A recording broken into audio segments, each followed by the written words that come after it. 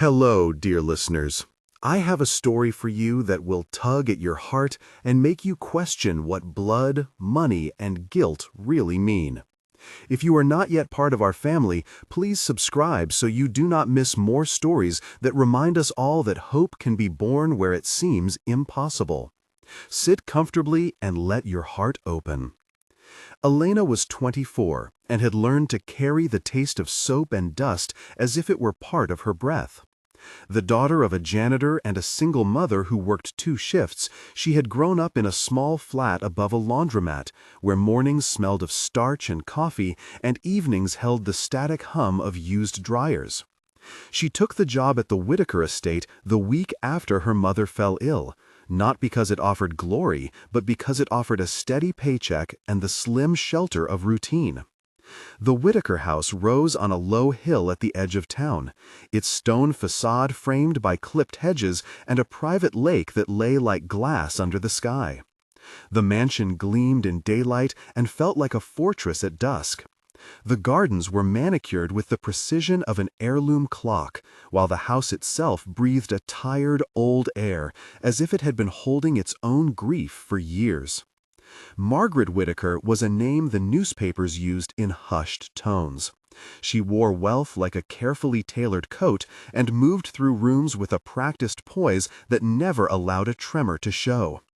Her daughter, Isabelle Whitaker, was always said to have everything: private schools, summer trips, an education that opened doors. Yet Isabelle had not been permitted the simplest right that most young hearts take for granted. She had been raised with rules that kept her body, her time, and her feelings measured and monitored. She had been told who to trust and who to avoid, and had been whisper-trained to smile the way the family portrait required. She had everything but the right to love freely. Thomas Reed, a young man who started as a cleaner in the Whitaker household and later moved to maintenance, had hands that told stories of honest labor and nights spent catching his breath. He had been raised 2 neighborhoods away from Elena, and years earlier they had shared shy nods at the bus stop and a single joke in a hospital corridor when Elena had been visiting her mother. Over time, Thomas and Elena became friends, then more, then careful lovers who held their breath around the walls of the estate.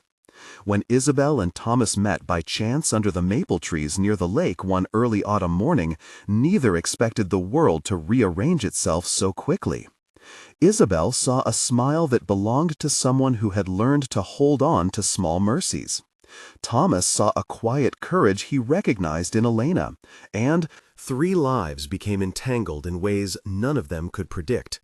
That morning, the air smelled of damp leaves and cold water and a distant lemon cleaner from inside the house. Isabelle had been walking alone along the stone path that circled the lake, her coat unbuttoned though the breeze was sharp. The sun lay low and thin on the water. A sudden slip, a crack of stone against heel, and Isabelle lost her balance and tumbled down the muddy bank toward the lake. The splash was small but decisive. Thomas, who had been checking a malfunctioning pump near the boathouse, heard the call and ran. Elena was inside, making tea with the faint metallic tang of worry in her chest when someone screamed her name from the garden. She ran, barefoot, the warm steam of the kettle forgotten. What began as a routine day became rescued by impulse and the start of consequences that none of them could have foreseen. Stay with me, because the truth that emerges is more complicated than a simple romance, and the final turn will surprise you. The house had routines like clockwork. Margaret rose before the household, propped the curtains open with precise fingers, sipped her tea at the same window that overlooked the lake, and then closed herself in her office where the light was flat and the portraits watched. Elena learned those rhythms quickly. She learned how Margaret liked the silver polished and the throw pillows angled. She learned the sound each door made when closed in a hurry, and the quiet cadence of the house when the family was not present. Thomas kept the grounds, repaired the gutters, checked the generator, and sometimes brought Elena a sandwich when the kitchen steam pressed too heavy on her shoulders. In the early weeks, Elena observed Isabelle from a distance, the way she traced lines on paper, the small restlessness in her fingers when conversation got too formal, the way her laughter seemed to come out as a practice for living. The mansion felt like a stage where everyone knew their lines except Isabelle, who had begun to improvise moments of freedom like a private rebellion. Margaret had become more withdrawn in the months before the fall. Neighbors mentioned that the Whitaker carriage clock had stopped and stayed stopped, as if keeping time no longer had meaning. The staff had noticed that guests were invited less frequently, and that the portraits in the hallway had been turned to face the wall. Elena had found an old photograph hidden between the pages of the house ledger, a younger Margaret with a boy who was not in any present family album.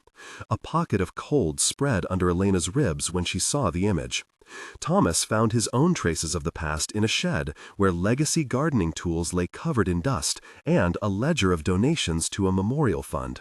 The clues at first were scattered, small. A note slid under a drawer here, a torn envelope there, the smell of lemons and old perfume at odd hours. The house held its secret like a closed chest. The rescue at the lake did not look cinematic. It was quiet and urgent and full of wet things. The water was dark and smelled of algae, wet leaves, and the dissolved scent of old lilies. Isabelle had drifted face down, her hair spread like dark waterweed, and Thomas pulled her by the sleeve while Elena fought the mud and the sudden panic that clenched her throat. The sounds were sharp, the slap of feet on stone, the breathless call from the path, the low thump of someone collapsing on grass.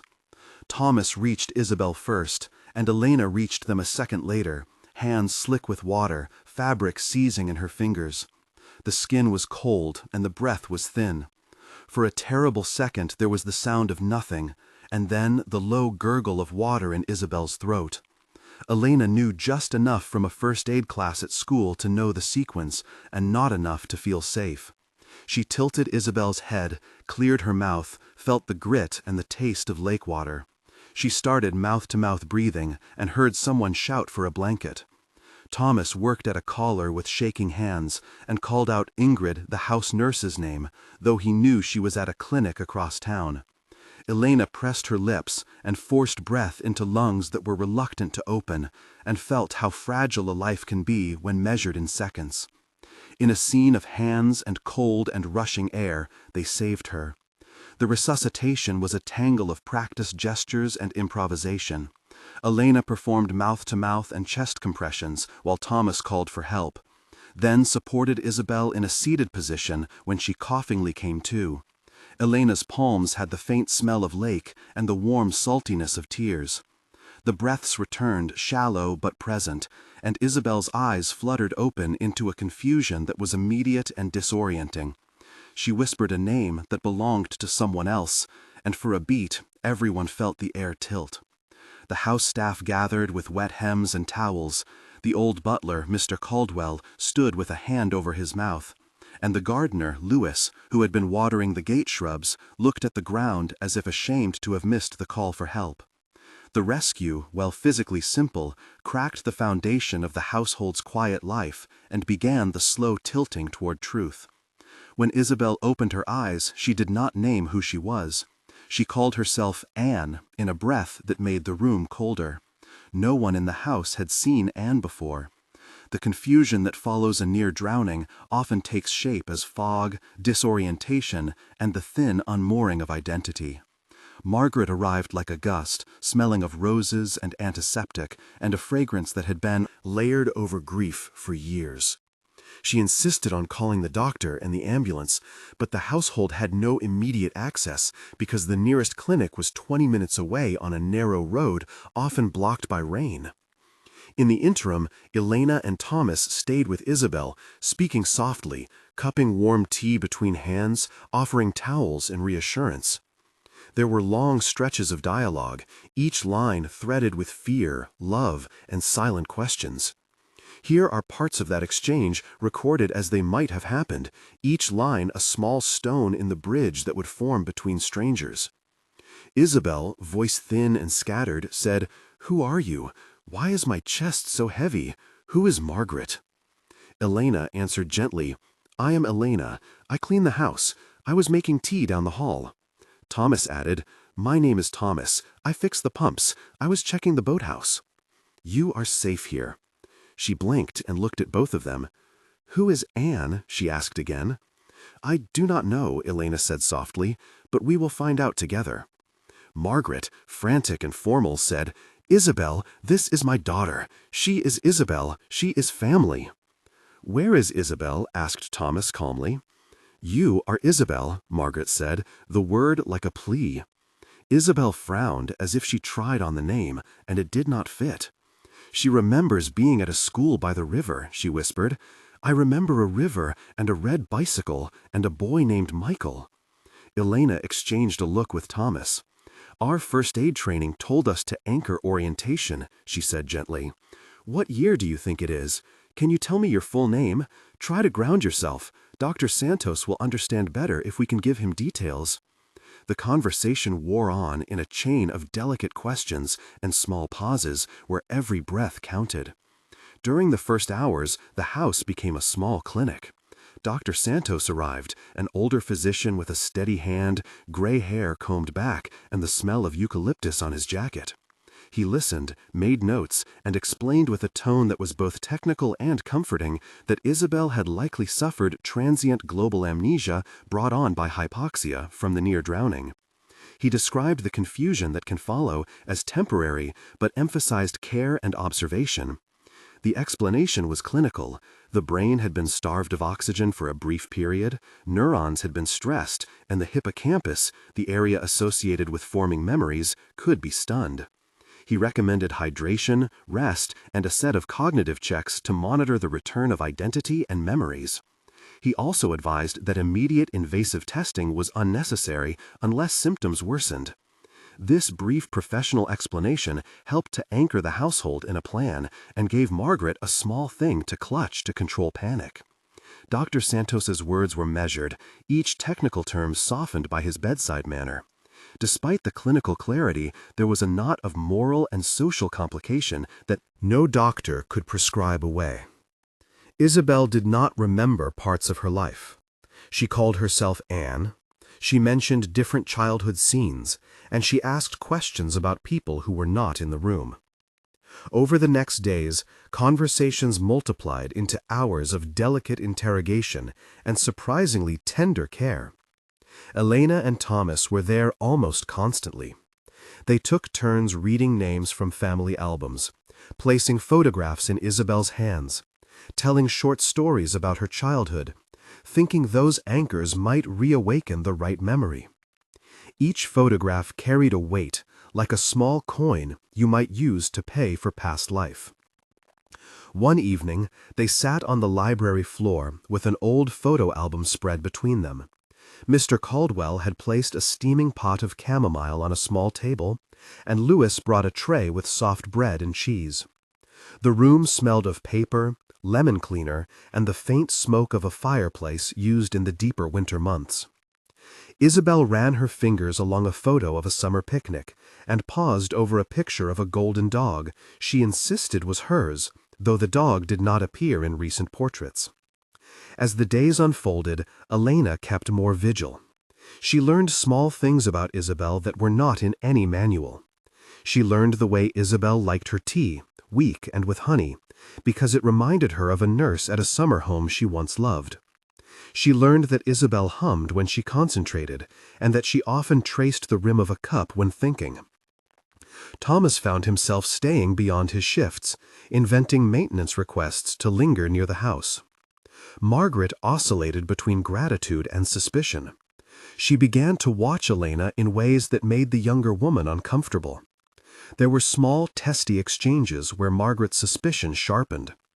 Margaret would ask Elena where she had seen Isabelle last before the fall, how she conducted herself in the house, whether she had been alone with Thomas.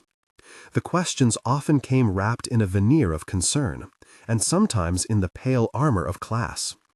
Elena answered each time with a gentle honesty that only made her look more exposed. There was also a softer growth in the household.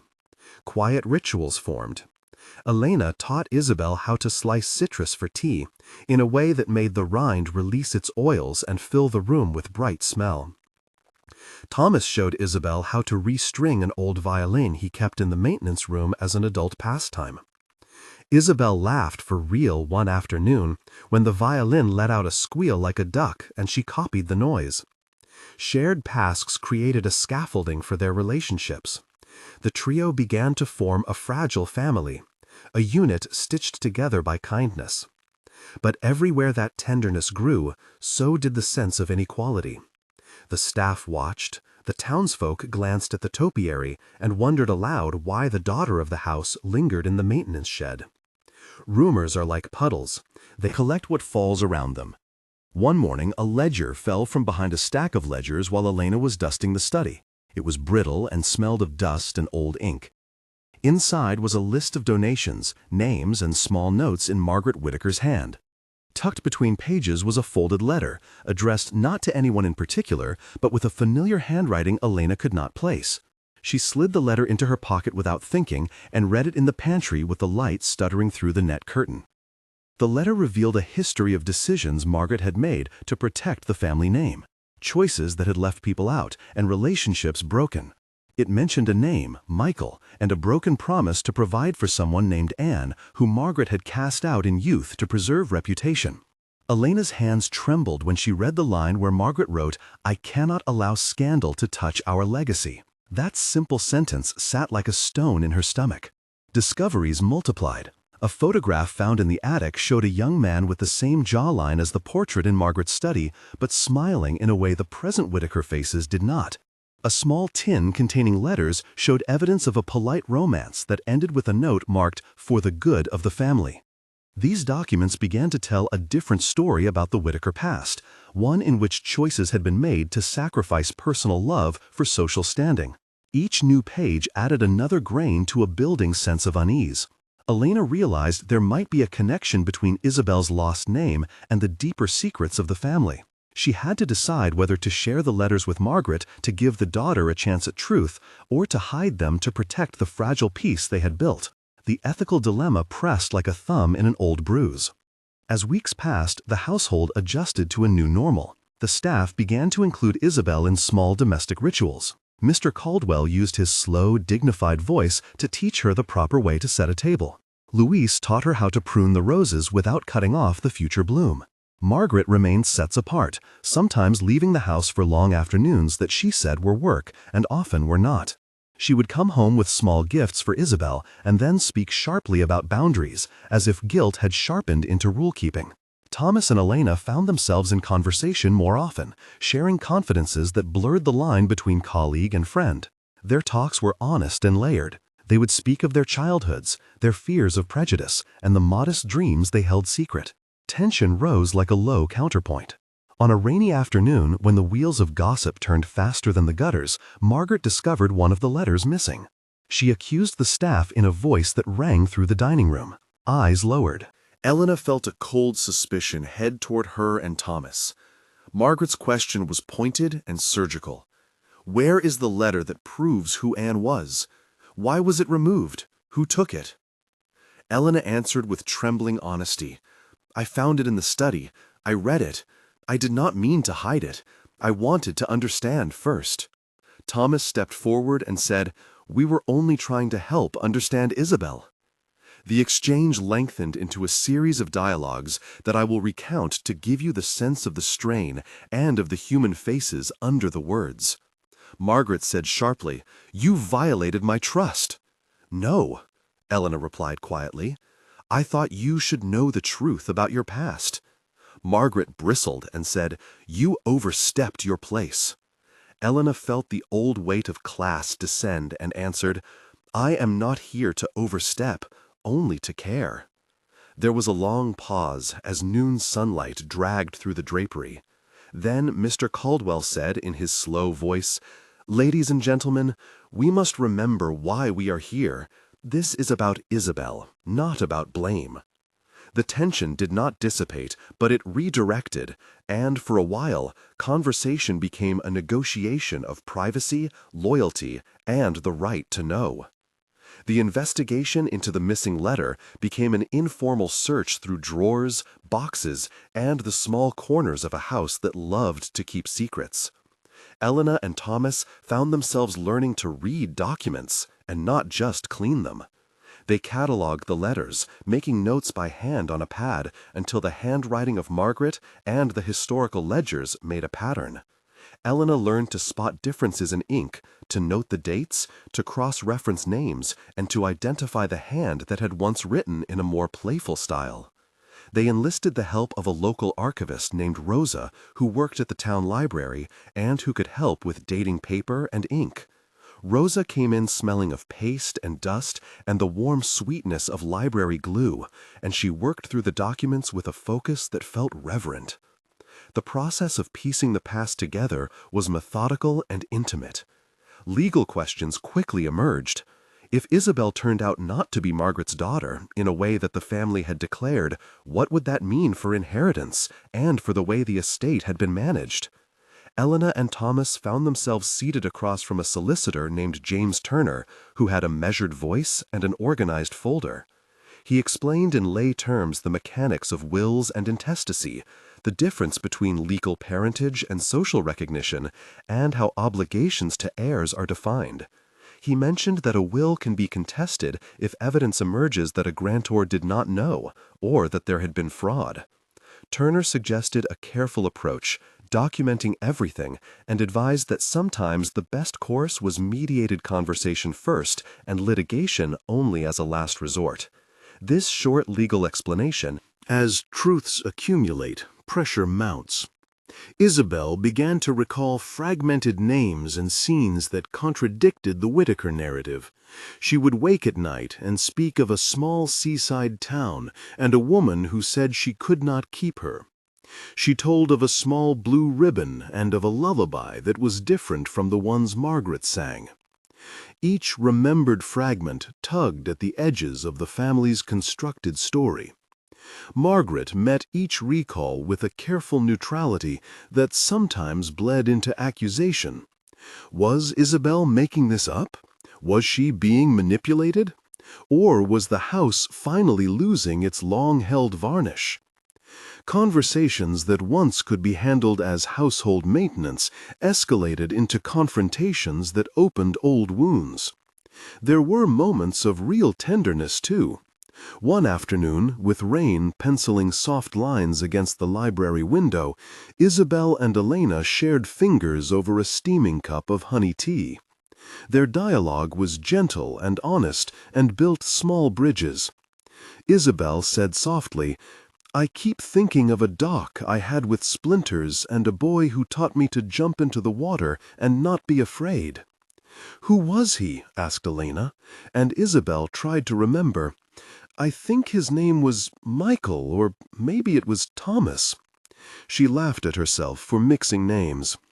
Their laughter was shaky and bright, and the room felt warmer because of it.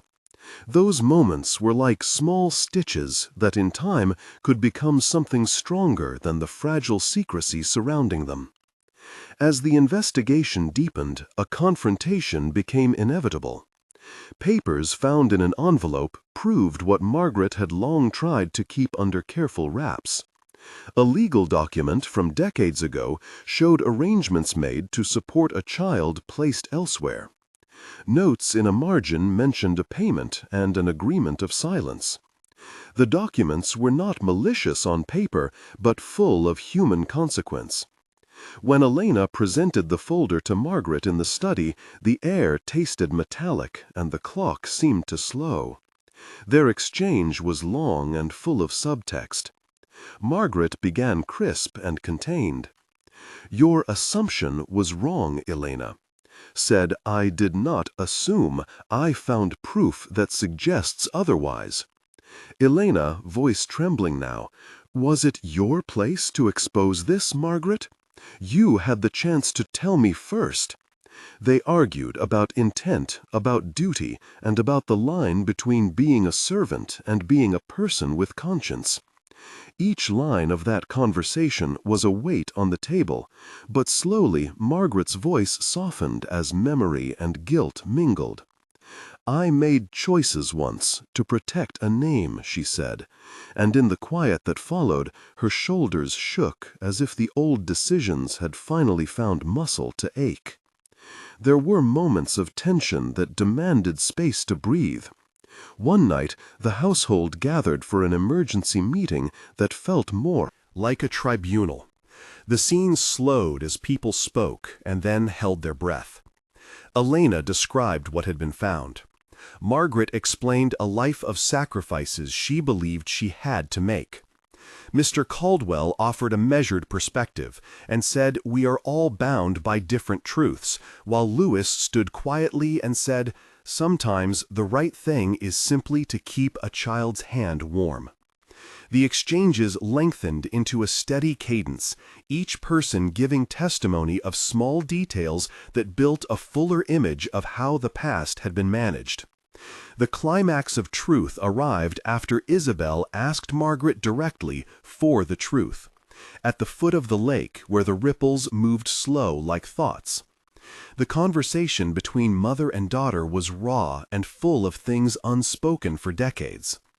Isabelle asked, "Why did you keep me from knowing who I loved? Why did you say I could not choose?" The exchange was a long one, said here partially transcribed, with the intention of honoring the real human sound of confession. Margaret began, "I thought I was doing the right thing for our family," she said softly. "My father would have destroyed anything that threatened our standing. I could not risk scandal. I believed then that saving the name meant saving their future." Isabelle's voice rose, then fell.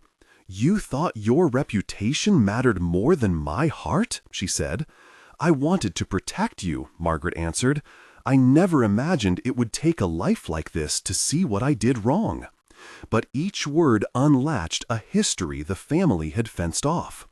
Margaret listened as Isabelle told of the boys she had secretly met, the stolen glances, and the one who kept returning in her thoughts. "He is kind," she said. "He is Thomas, and he works in the garden." Margaret felt the word like a small, sharp stone in her shoe. The confrontation became a surrender, and then a resolution. Margaret could have chosen to press charges, to remove staff, or to cast Thomas out. Instead, she paused, considered the weight of her life, and said, "I will not ruin your life to preserve mine, Isabelle." It was not that she immediately opened the coffers or rewired every place where power had leaned away from love, but it was the first audible movement toward reparation. She admitted that she had been wrong and said aloud, "Sorry," as if the word could knit tissue that had been ripped. There was an aching moment where everyone witnessed the power of confession. After confession came decisions.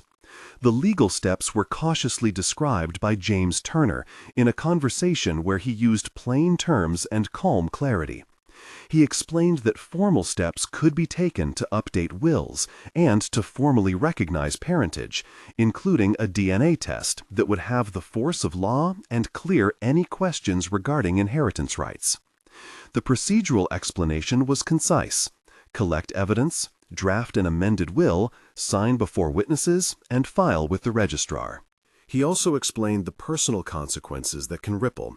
Families may choose reconciliation privately without legal documents, and sometimes the human choice matters more than the legal one. James emphasized mediation and suggested counseling for the family. His explanation made the path forward concrete and manageable. The legal clarification lasted a short while, and then the household returned to the human work of rebuilding trust. Love, when it is given room, grows complicated and beautiful. Thomas and Isabelle navigated their relationship with new courage. Thomas proposed a slow plan. He would save, consult with friends, and ask Margaret for permission to court her daughter in the old formal way, as a courtesy, though he understood the emptiness of that formality. Thomas and Isabelle spoke often. She taught him to play piano chords, and he taught her how to patch a roof vent. He proposed to her one evening after they had both worked on the conservatory roof, the sky a wide sheet of stars and the house beneath them humming like a slow engine.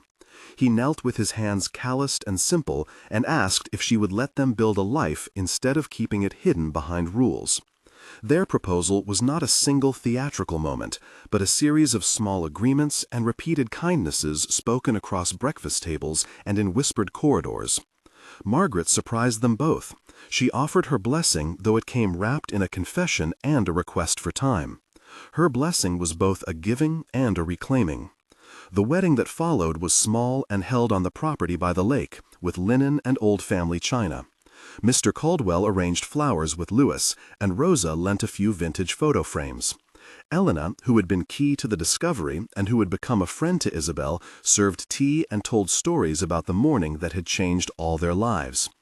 In the distance, the gardeners walked the hedges, and the sunlight made the lake blink like a watchful eye. The ceremony was tender and not without complicated faces. Margaret sat in the first row with a handkerchief, and Thomas's mother arrived from the neighborhood with a brisk smile and a basket of home-baked bread. There was applause and there were tears. A few days after the wedding, a quiet choice rippled outward. Margaret revised the will to protect Isabelle's right to choose, and to leave a portion of the estate in a trust meant explicitly to support reconciliations for those wronged in the past. She orally pledged to fund a scholarship in Elena's mother's name, and to provide resources for workers who might need education. Her actions were imperfect, but they were a start. She came to the staff and apologized privately to Elena and Thomas and offered a formal letter of recommendation that would help Elena later when she sought work beyond the walls of the estate. Margaret's apology had the rough texture of someone learning to be human again. 1 month later, change settled into a new rhythm. Isabelle learned her birth name in fuller ways and also chose to own the name she had been given by the family. She took counseling and wrote a letter to the anonymous Michael she had half remembered, seeking closure. Elena used the money she had saved to secure better care for her mother and enrolled in a night course for administrative assistants. She began to dream again of a life that did not smell only of soap and starch, but of books and late-night classes. Thomas started a small project to repair boathouses for neighbors and offered part-time coaching to an after-school program. The lake that once had been a scene of accident now saw late-afternoon picnics and the soft wake of a single canoe. 3 months later, the household looked different in subtle ways. The topiary had softened as Margaret relinquished some perfection and allowed wildflowers to grow along the side paths. The portraits in the hallway were turned back to the light. Margaret had stopped wearing the single tight set of rules that defined her days, and had been seen laughing with Louis over stories of his childhood in a way that suggested forgiveness had not only outward legal steps, but inward work. Elena's mother had regained some health, and the smell of chicken soup drifted from their flat 2 blocks away. Isabelle had begun to volunteer at the town library and to read aloud to children, which made her feel rooted to a community beyond the gates. Thomas and Isabelle were planning a small cottage near the lake, with the savings he had set aside and the small contribution Margaret had offered. There remained awkward conversations, lingering distrust, and the quiet work of rebuilding, but the forward motion was real. 6 months later, more settled rhythms had formed, and the family had changed names and habits, not because money decreed it, but because human beings had chosen to repair what was broken. Margaret had formalized the scholarship fund and had invited Elena to help select students for the first year. Elena stood in a small office smelling of paper and lemon and felt how far she had come since she dipped her hands into the lake that day. Isabelle held her infant son, who slept with a mouth that puckered like a small question mark. The house that had once been a fortress now held a different shape, some windows open onto new light. Thomas ran a small carpentry line to help maintain neighboring docks, and he taught a group of local teens how to use tools safely. The estate hosted a summer fair to celebrate the new scholarship, and the townspeople walked the paths as if the gates had never meant to separate them. If you are feeling your heart tightened by this story, know that you are not alone.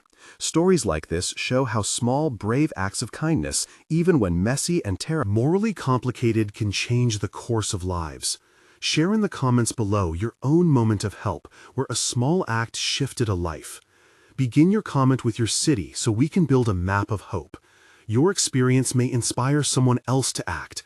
The comments are read and they inform future episodes. Now, let us return to close this chapter and look at what the months taught them about forgiveness, hope, and what it costs to choose love.